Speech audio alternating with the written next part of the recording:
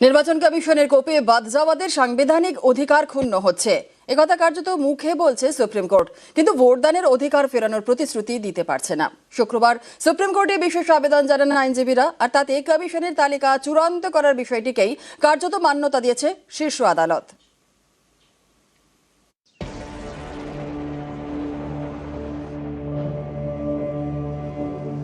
6 April supreme কোর্টে ছিল বাংলার এসআইআর মামলার শুনানি। আগামী শুনানি সামনের সোমবার।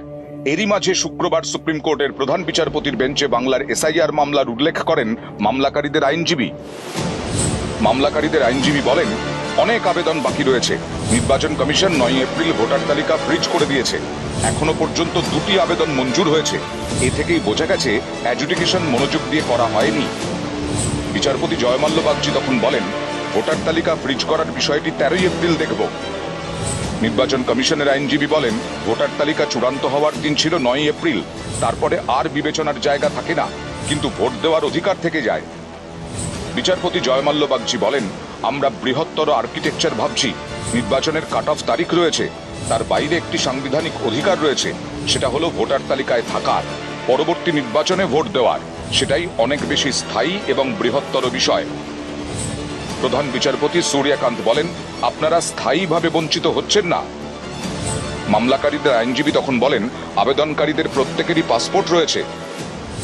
প্রধান বিচারপতি সূর্যকান্ত বলেন, আমরা কোনো প্রতিশ্রুতি দিতে পারছি না, প্রতিদিন ম্যাটার ফাইল হচ্ছে।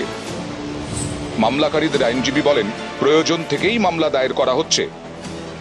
ভোট দানের অধিকারটা কখনোই মৌলিক অধিকার নয়, কিন্তু একটা আইনের অধিকার বা সংবিধান থেকে আগত একটা আইনের অধিকার। আপাত দৃষ্টিতে আমার অনুমান, এই যে বিপুল সংখ্যক জায়গাটা বাদ যাচ্ছে, সেখানে যেন রাজনৈতিক উদ্দেশ্য প্রণোদিত ভোটের নির্বাচনে জেতার জন্য গণতান্ত্রিক ব্যবস্থায় এটা একেবারেই তৈরি করা একটা সমস্যা। সুপ্রিম কোর্ট মহামান্য বিচারপতিরা তারা নিশ্চয়ই একটা চেষ্টা করছেন। মানুষকে আশ্বস্ত করা হচ্ছে যে এখন যা হচ্ছে তার মানে সব শেষ হয়ে যাওয়া নয়।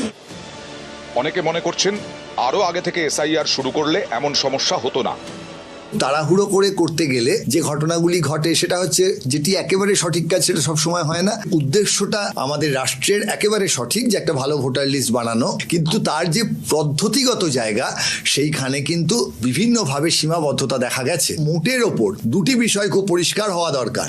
এক হচ্ছে আমাদের দেশে একটা সঠিক ভোটার তালিকা দরকার, এবং 2, সেটা করার জন্যে নিম্নবিত্ত মানুষ যেন খুব বেশি ঝামেলায় না পড়েন, তাদের নাম যেন বাদ না যায়। আজকের দিনে যদি এমন ঘটনা ঘটেও যে এই নির্বাচনে কিছু মানুষের ভোট বাদ গেল, সেক্ষেত্রেও আগামী দিনে কিন্তু আমাদের রাষ্ট্র ব্যবস্থা